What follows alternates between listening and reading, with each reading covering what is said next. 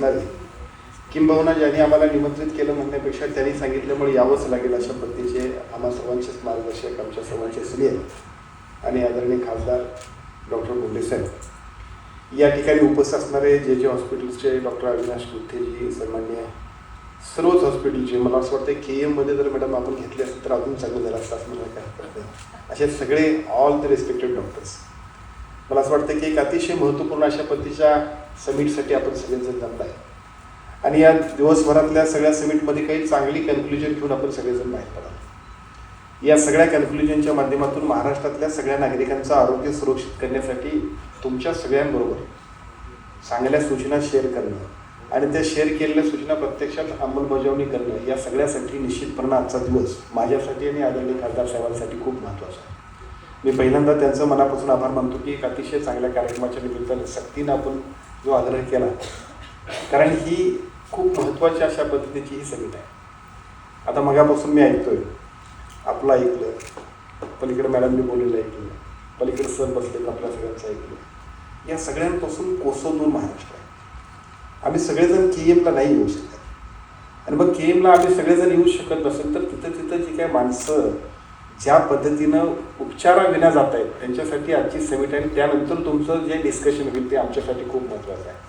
मी आपल्याला सांगतो की आज सुद्धा, मी आता सुद्धा खासदार साहेबांना सांगितलं, आज सुद्धा आमच्याकडे अशी अवस्था आहे, अटॅक आला आहे. तो अटॅक कसला आहे, हार्टचा अटॅक आहे काय ब्रेन अटॅक आहे याची ब्रेन स्ट्रोक आहे याची कल्पनाच नसते. 2, 3, 4 दिवस तिथला लोकल डॉक्टर ज्या पद्धतीचे ट्रीटमेंट करतोय त्या ट्रीटमेंटनंतर मग पेशंट हाताबाहेर जरी गेला तरी आम्ही काहीही करू शकत नाही. म्हणजे एका बाजूला सगळ्या डॉक्टर्सचा म्हणजे एक्सपर्टचा अभाव आहे, दुसऱ्या बाजूला हॉस्पिटलचा अभाव आहे आणि तिसऱ्या बाजूला माहितीचा अभाव आहे. अशा सगळ्या गोष्टींमधनं आम्ही सगळेजण जातो आहे. मग त्या सगळ्यानंतर अशा पद्धतीची समिट जी आहे ती सगळ्यात महत्त्वाची आहे. मला असं वाटतं की या समिटमधून आपण सगळेजण ज्या पद्धतीने एका बाजूला हे अजून चांगल्या पद्धतीनं लोकांसाठी सेवा द्यायचं बोलतो, तर माझी तुम्हाला सगळ्यांना विनंती आहे की यानंतर सुद्धा एकदा एक बैठक आमच्याकडे आपण घेऊ आणि त्या बैठकीमध्ये मगाशी सांगितलेल्या 2 सूचना तुमच्या खूप महत्त्वाच्या आहेत. एक महात्मा फुले जीवनदायी योजना, की जे राज्य शासनानं खूप महत्त्वपूर्ण आणि महत्त्वाकांक्षी अशा पद्धतीची योजना केली. आमच्या शासनाचे साधारणतः 5 ते 6 हजार कोटी रुपये आम्ही याच्यावरती खर्च करतो. हे सगळे पैसे खर्च करत असताना ज्यांच्यासाठी आम्ही हे खर्च करतोय त्यांना अजून चांगल्या पद्धतीच्या दर्जेदार अशा आरोग्याच्या सेवा द्यायच्या असतील, त्यातलं सगळ्यात महत्त्वाचं काम काय असेल तर ब्रेन स्ट्रोक हा जो काही मुद्दा आहे त्याच्यावरती अचूक निदान आणि अचूक गोल्डन हवर्समध्ये आम्ही उपचार करायला पाहिजे. आता सगळेच्या सगळे डॉक्टर्स जे आहेत ते सगळे डॉक्टर्स काय आमच्या वाड्याखेड्यात जाऊ शकत नाही, पण मगाशी आपण जसं सांगितलं तसं टेलिमेडिसिन करू शकतो का आपण. त्याच्यानंतर डिस्ट्रिक्ट हॉस्पिटलमध्ये सुद्धा अशा पद्धतीचे वॉर्ड्स आणि रिझॉर्ट ठेवून त्या सगळ्या लोकांना आपण ट्रेनिंग देऊ शकतो काय, याच्यावरती सुद्धा डिस्कशन व्हायला पाहिजे. आपण तिसरा मुद्दा सांगितला की आता 2026ला आपण अनेक वर्षानंतर ब्रेन स्ट्रोकची पॅकेजेस आम्ही वाढवली. माझं असं म्हणणं आहे की अजूनही त्याच्यामध्ये काय वाढ करता येईल तर आम्ही निश्चितपणे करू. त्याला कारण कसं आहे, त्याला कारणच असं आहे की या सगळ्या गोष्टी ज्या आहेत ते लोकांच्या जीवनाशी अतिशय म्हणजे जीवन मरणाशी निगडीत असणार आहे. आणि मग अशा वेळेला जर तुमच्या सगळ्यांच्या सूचनांप्रमाणे जर आम्ही काम केलं आणि त्याच्या माध्यमातून जर लोकांना योग्य पद्धतीचे उपचार वेळेत द्यायला गेलो तर खऱ्या अर्थानं आमच्या सगळ्या योजनेचा आणि आमच्या सगळ्या शासनाचा उपयोग होईल. महाराष्ट्राचे मुख्यमंत्री आदरणीय देवेंद्रजी फडणवीस साहेब, राज्याचे उपमुख्यमंत्री आदरणीय एकनाथजी शिंदे साहेब आणि राज्याचे उपमुख्यमंत्री आदरणीय पवारताई, या तिघांच्या माध्यमातून आम्हा सगळ्यांना फक्त सूचना इतक्याच असतात की आरोग्याच्या दर्जेदार सुविधा या संपूर्ण महाराष्ट्रातल्या नागरिकांना अतिशय वेळेत उत्कृष्ट अचूक व्हायला पाहिजे आणि त्यासाठी पैसे महत्त्वाचे नाही तर डेडिकेशन महत्त्वाचं आहे. मला असं वाटतं की हे सगळं काम करत असताना आपल्या सगळ्यांच्या सूचनाही महत्त्वाच्या आहेत, आमच्याबरोबरचं शेअरिंग महत्त्वाचं आहे आणि एका राईट प्लॅननं जर आपण गेलो तर मला असं वाटतं की आजचा दिवस काहीतरी चांगला निश्चितपणे सार्थ केला गेला. मी आपल्याला 2 गोष्टी मुद्दाम सांगेन. महात्मा फुले आरोग्य योजना ही आता खूप प्रभावीपणे आम्ही राबवतो. आमच्याकडं पूर्वीच्या काळामध्ये त्याच्यामधली जो काही विस्कळीतपणा होता तो एका बाजूला आम्ही दूर केला. मगाशी सुद्धा आपण सर सांगितलं की त्याच्यामध्ये होत असताना डिले होतोय, म्हणजे रजिस्ट्रेशनसाठी सुद्धा डिले होतोय. आता इथून पुढं रजिस्ट्रेशनसाठी जर डिले झाला तर डिले करणाऱ्यावर कारवाई होईल. आणि याच्यापेक्षा दुसरा असा की याच्यामध्ये एकही रुपयाचा खर्च अनावश्यक हॉस्पिटलनेही घेऊन त्यासाठी आम्ही पॅकेजेस वाढले. विशेषतः मी मंत्री झाल्यानंतर, कारण सातत्यानं साहेब मी याच्यापूर्वी सुद्धा आमदार म्हणून ज्यावेळेला आपण सगळेजण काम करत होतो त्यामुळे सातत्याने या सगळ्या गोष्टींमध्ये हॉस्पिटलमध्ये सुद्धा अनावश्यक पैसे घेतले जातात अशा पद्धतीच्या तक्रारी करणारे जे आमदार होते त्यातला मी होतो. त्यामुळे साहजिकच मीच ज्या वेळेला मंत्री झालो त्यावेळी पहिली माझी जबाबदारी होती की याच्यासाठी आपल्याला काय करता येईल आणि मग डॉक्टरांशी बोलल्यानंतर पॅकेजमध्ये वाढ व्हायला पाहिजे, आम्हालाही परवडायला पाहिजे अशा पद्धतीच्या सूचना होत्या. त्यामुळे साहजिकच या पॅकेजमध्ये वाढ करण्यासाठी राज्याच्या मुख्यमंत्र्यांकडे आम्ही विनंती केली.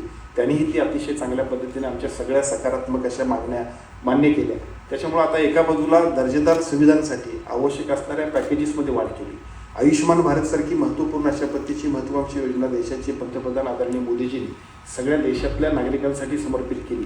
त्याच्यातली 2399 पॅकेजेस आम्ही याच्यामध्ये आता इन्क्लूड केली. म्हणजे एका बाजूला आयुष्यमान भारत आणि दुसऱ्या बाजूला आपलं हे पॅकेज महात्मा फुले आरोग्य योजना, या दोघांच्या माध्यमातून आता हे काम आपण प्रभावीपणे करतोय.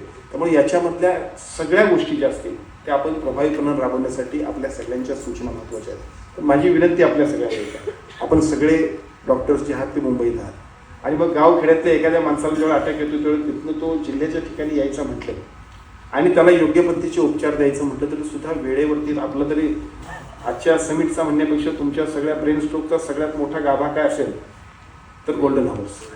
आता गोल्डन हावर्सचं सांगायचं कोणी त्याला, याच्यासाठी अवेअरनेसचं कॅम्पेनिंग आम्ही यायला पाहिजे. मला असं वाटतं तुम्ही सगळ्या मंडळींनी त्याच्यामध्ये खूप चांगल्या पद्धतीने आम्हाला मदत करायला पाहिजे. टेलिमेडिसिन सारखी कन्सेप्ट जी आहे ती तुमच्या सगळ्यांच्या माध्यमातून जर आम्ही राबवू शकलो तर ती कशा पद्धतीने राबवू, राज्य शासन एखादा विशेष प्रोग्राम त्यासाठी करेल. पण मी निश्चितपणे सांगेन की तुमच्या सगळ्यांच्या माध्यमातून सर्वसामान्य नागरिकांची वेळेवरती जीव वाचवण्यासाठीचं खूप महत्त्वाचं काम आपण जर करायचं असेल तर तुमच्या सगळ्यांचं सहकार्य आमच्या एकूण कामकाजाला अपेक्षित आहे. त्या सगळ्यासाठी आपण सगळ्यांनी पुढे यावं अशा पद्धतीची विनंती करतो. वेगवेगळ्या प्रत्येच्या आरोग्याच्या क्षेत्रातल्या सगळ्या योजनांमध्ये अतिशय चांगल्या पद्धतीने आम्ही काम करतो. नवीन टेक्नॉलॉजीमध्ये आता कॅन्सरसाठी सुद्धा पेट स्कॅनची जी खूप गरज आहे, परंतु दुर्दैवाने पेट स्कॅनचा आमच्या महात्मा फुलेमध्ये योजनेत समावेशच नव्हता. परंतु आता जर काय अचूक निदान व्हायचं असेल तर पेट स्कॅन मस्ट बी इसेन्शियल, आम्ही त्याला सुद्धा आता संमती देतोय. साहजिकच एका बाजूला कॅन्सरचं डायग्नोस करत असताना त्याच्यासाठी जे काही खर्च लागेल त्या खर्चाची जबाबदारी आम्ही घेतोय. तर तशाच पद्धतीनं या समिटच्या माध्यमातून सुद्धा ब्रेन स्ट्रोकसाठी एका बाजूला असणाऱ्या ज्या काही सद्यस्थितीत असणारे आमचे उपचार आहेत त्या उपचारांबरोबर अजूनही ज्या ज्या काही गोष्टी आणि सुधारणा करायला लागतील त्या सगळ्या करण्यासाठी आम्ही सगळेजण तत्परतेनं काम करू. फक्त विनंती अशी आहे की आजच्या या बैठकीच्या निमित्तानं किंवा आजच्या या समिटच्या निमित्तानं ज्या पद्धतीने आपण जमलोय तशाच पद्धतीनं महाराष्ट्रातल्या सगळ्या नागरिकांचं जीवन वाचवण्यासाठी आणि वेळेवरती उपचार करण्यासाठी ज्या काही तुम्ही सगळे मंडळी चांगल्या सूचना किंवा चांगल्या पद्धतीचे तुमचे जे काही वैद्यकीय सल्ले द्याल आणि त्याच्या माध्यमातून एक SOP जर आम्ही तयार केली आणि तर एका बाजूला जिल्हा पातळीवरती, दुसऱ्या बाजूला टेलिमेडिसिनमध्ये, तिसऱ्या बाजूला आपण सांगितलं की 108मध्ये सुद्धा काही चांगल्या गोष्टी करायला पाहिजे. आपण निश्चितपणाने त्या सगळ्या गोष्टी करू, त्याची गरज आहे आणि त्याच्यामधलं एक हेल्दी डिस्कशन आणि एका चांगल्या पद्धतीने जर आपण गेलो तर बघता बघता एक चांगलं काम तुम्ही आणि आम्ही सगळी मंडळी लोकांच्यासाठी करू. मला असं वाटतं की आजच्या कार्यक्रमाच्या निमित्तानं हाच उद्देश जर आम्ही सगळ्यांनी सफल करायचं ठरवलं तर महाराष्ट्रासाठी खूप मोठी सेवा आपण सगळेजण सुद्धा कराल. आणि मला खात्री आहे ज्या भूमिकेनं ज्या उद्देशानं या ठिकाणी आपण सगळेजण जमलोय ते बघता बघता हे सगळंच एक खूप मोठं मिशन होईल अशा पद्धतीनं आपण सगळेजण काम करत राहू. आणि मला खात्री आहे की या सगळ्यामध्ये आपण सगळेजण अतिशय उत्स्फूर्तपणे सहभागी व्हाल. मी आदरणीय खासदार साहेबांचं मनापासून आभार मानत असताना मी निश्चितपणे आपल्याला सांगेन 2014 ते 19मध्ये आदरणीय खासदार साहेबांनी आम्ही आमदार होतो. त्याच्याही पूर्वी ते आमदार होते, परंतु आमदार असताना सुद्धा त्यांची प्रभावी मांडणी आणि विशेषतः हाऊसमध्ये ते ज्यावेळेला बोलायला उभं राहायचे त्यावेळेला समोरच्या माणसांना सुद्धा थरकाप व्हायला पाहिजे. कोणी काही असला तरी मुद्देसूद बोलणं, प्रचंड प्रभावी बोलणं, समोरच्या माणसाच्या बाबत अजिबात विचार न करता ज्या पद्धतीने ते तुटून पडायचे त्यावेळी कधी कधी सभागृह अंगावर पडायचं किंवा सभागृह बंद सुद्धा पडायचं, पण आपल्या मुद्द्यावरती ते ठाम राहायचे. आणि मग त्या सगळ्यांमुळं आम्हाला त्यांच्याविषयी अट्रॅक्शन होतं आणि त्या अट्रॅक्शनमुळं 2-3 वेळा हे कोण आहेत बोलले, कोण आहेत काय मला नंतर असं समजलं की ते डॉक्टर आहे. डॉक्टर आणि असा एवढा अंगावर घेऊन अंगावर जाणारा डॉक्टर असू शकतो काय? तर डॉक्टर म्हणजे एक सुरक्षित जगणारा, आपलं आयुष्य आपल्या पद्धतीने जगणारा माणूस. नंतर ते आणखीनही समजलं की ते MD मेडिसिन आहेत. आणि मग मी त्यांच्याबरोबर ज्यावेळी गप्पा मारायला लागलो मला आपल्या सगळ्यांना सांगायचं आहे की डॉक्टर सर्वार्थानं सगळीकडे उत्कृष्ट काम करू शकतात. केवळ तुमच्या वैद्यकीय क्षेत्रात नाही तर तुम्ही मंडळी ज्या पद्धतीने काम करतात ते निश्चितपणानं आम्ही ज्यावेळेला बोंडे साहेबांकडे बघतोय त्यावेळेला निश्चितपणानं आपण सगळ्यांनी सुद्धा आपल्याकडे असणाऱ्या प्रचंड अशा पद्धतीच्या सगळ्या अनुभवाचा, अभ्यासाचा, खूप चांगल्या पद्धतीच्या उत्साही अशा पद्धतीच्या एनर्जीचा उपयोग समाजासाठी करावा अशा पद्धतीची अपेक्षा सुद्धा आजच्या कार्यक्रमाच्या निमित्ताने व्यक्त करतो. आजच्या समिटमध्ये आपल्या सगळ्यांना सांगितल्याप्रमाणे महात्मा फुले आरोग्य योजनेच्या माध्यमातून ज्या ज्या काही सूचना सुधारणा करायला पाहिजेत, 108च्या माध्यमातून काय सुधारणा करायला पाहिजेत, राज्य शासनाच्या माध्यमातून टेलिमेडिसिन असेल किंवा अजून चांगल्या पद्धतीनं अवेअरनेस कॅम्पेनिंग घेण्यापासून सगळ्या गोष्टींमध्ये काय करायला पाहिजे त्यासाठीची एक बैठक आपल्याच सूचनेप्रमाणे आणि आपल्याच उपस्थितीमध्ये आम्ही सगळेजण घेऊ की ज्याच्यामध्ये सगळे महाराष्ट्रातले सगळे न्यूरोसर्जन्स जे एक्सपर्ट्स असतील आपण सगळे बसू आणि त्याच्या माध्यमातून तुम्ही सांगितलेल्या सूचनेप्रमाणे एक अतिशय चांगल्या पद्धतीची पॉलिसी महाराष्ट्र शासन बनवेल आणि भविष्य काळामध्ये शेकडो नव्हे तर हजारो लोकांना ब्रेन स्ट्रोकच्या माध्यमातून गोल्डन आवर्समध्ये आपण सगळेजण आरोग्याचे सगळं त्यांचं आरोग्य सुरक्षित ठेवण्यासाठीचं काम महत्त्वपूर्ण करण्याचा संकल्पसुद्धा आपण सगळेजण करूया. एवढी आजच्या समिटच्या निमित्तानं आपल्या सगळ्यांना विनंती करतो. मनापासून एका अतिशय चांगल्या कार्यक्रमाला आपण मला बोलवलं आणि आपल्या सगळ्यांशी संवाद साधण्याची संधी दिली त्याबद्दल सर्व संघटनेचं आणि आदरणीय खासदार साहेबांचं सुद्धा मनापासून आभार व्यक्त करतो आणि माझं मनोगत थांबवतो. जय हिंद, जय महाराष्ट्र.